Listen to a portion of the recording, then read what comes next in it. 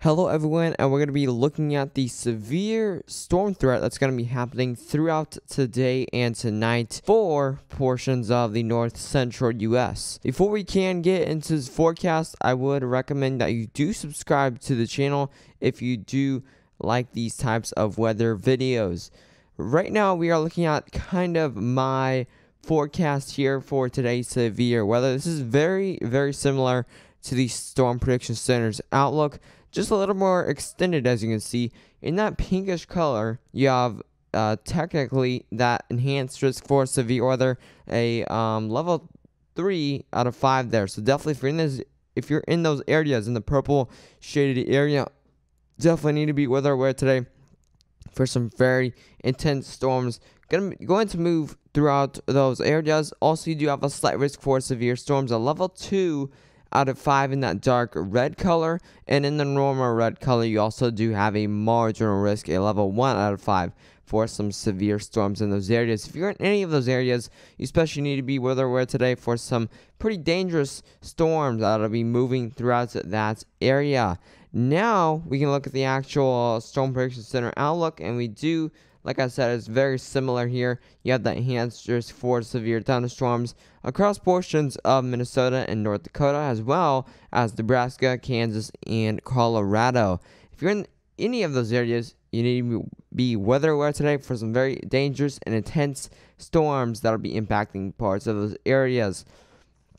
Now, here's a tornado threat, and we do have a 5% risk for those tornadoes. Definitely could see a couple tornadoes in that type of brown shaded area, and even in the green shaded area, you also have a 2% risk for some tornadoes in those areas.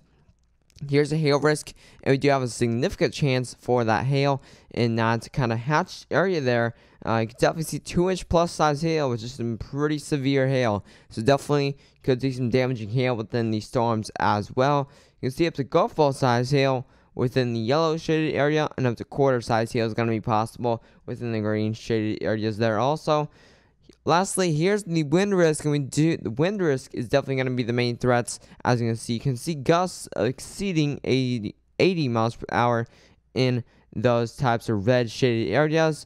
60 mile per hour gusts are going to be the main threats in the yellow shaded area, and up to 40 mile per hour gusts within the storms in the green shaded areas there also.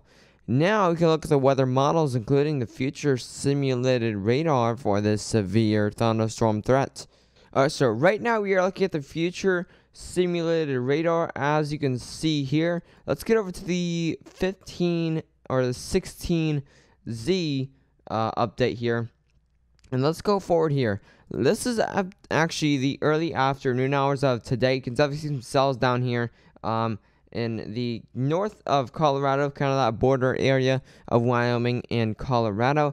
You move here and you get to around, this will be around 3 p.m. and you get to 4 p.m. now, and you start to see this line of storms moving through the Minnesota area, the northwestern part of Minnesota. You definitely could see some very strong storms. It's already looking very strong, as you can see up there, and that moves throughout the overnight hours. As you're seeing here, 8 p.m., that's still going on, as you can see, and you even get up to around 12 a.m. tonight, and still even more storms developing in the southern Dakota area, especially this one right here. This kind of line of storms here, it kind of indicates that bow echo, which is indicating some very strong winds are going to be within these storms here, and that goes on throughout overnight as you get into tomorrow morning, and that's around early tomorrow morning at 4 a.m. Still those storms moving through, and they are kind of turning into those isolated showers and thunderstorms, but just really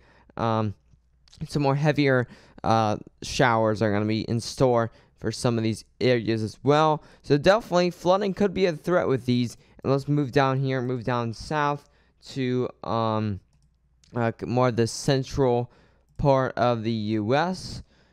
And let's look at these other enhanced risk for those severe storms.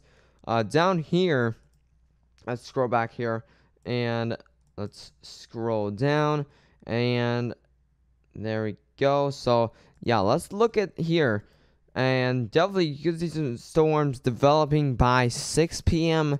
today, July 13th, and you move on here, and definitely doesn't look as intense as up there in the northwestern part of Minnesota, but definitely could still see some pretty intense storms, especially back here. You would definitely see some hail within some of these, but really not too much of a big hail threat are going to be within these. Maybe a scattered golf ball size hail within those or two, but really not a big hail threat. It's mainly going to be a wind threat and potentially a small tornado threat within these, but mainly it's going to be the hail and wind threats. Now, here's the energy within the atmosphere here, and let's kind of zoom out here to the whole part of the U.S.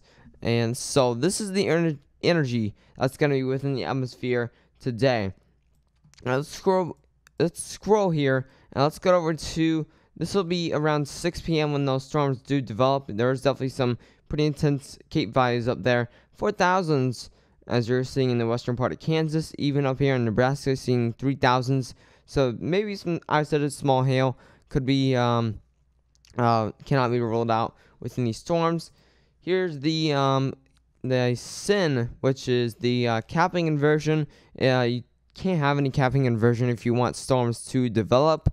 So let's move on here, and definitely there's not really much cap. As you're seeing in there, you're seeing around negative 10, 25 joules per kilogram in there. So you really don't have much capping inversion in there whether those storms are developing, especially up here. You're not really seeing that much capping inversion.